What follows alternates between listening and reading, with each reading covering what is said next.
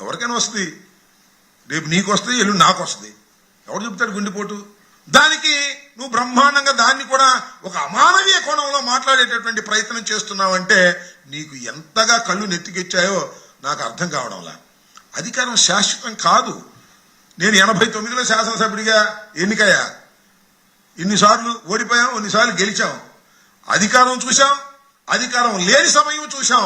కానీ నువ్వు మాత్రం అధికారాన్ని చూసి ఏదో వికటాట్టహాసం చేసేటటువంటి కార్యక్రమాలు దయచేసి చెయ్యవద్దు నారా లోకేష్ గారని మనవి చేస్తున్నాం. దమ్ముంటే తీసుకురా స్వామి, మంచి మంచి కంపెనీలు తీసుకురా, దావోసెలు తీసుకురా అంటే దావోసెల్ని ఉట్టి చేతులతో వచ్చారు నాన్న బాబు కొడుకులు ఇద్దరును. ఇవాళ జగన్మోహన్ రెడ్డి గారి గురించి మాట్లాడేటువంటి ప్రయత్నం చేస్తున్నారు. ఇంకో మాట అంటున్నాడు జగన్మోహన్ రెడ్డి గారు అంట ఎవరితో మాట్లాడ్డంట, కార్యకర్తలు కూడా కలవడంట.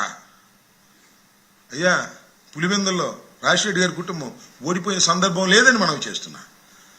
జగన్మోహన్ రెడ్డి గారు కార్యకర్తలతో కలవడట, ఈయన మాత్రం రోజు కార్యకర్తలు కలుస్తాడు. అసలు నేను ఒక మాట చెబుతున్నానయ్యా, అసలు జగన్మోహన్ రెడ్డి గారు రాష్ట్రంలో ఉన్నటువంటి అన్ని ప్రాంతాలకు తిరగటం మొదలెడితే అసలు మీరు సెక్యూరిటీనే కల్పించలేరు. అంత ప్రజాదరణతో ముందుకు వెళ్లేటటువంటి వ్యక్తి జగన్మోహన్ రెడ్డి గారు. మొన్న మిర్చి యార్డుకు వస్తే సెక్యూరిటీ తీశారా మీరు? ఇవాళ చెబుతున్నాడు పవన్ కళ్యాణ్ గారి కన్నా ఎక్కువ సెక్యూరిటీ ఉందంట.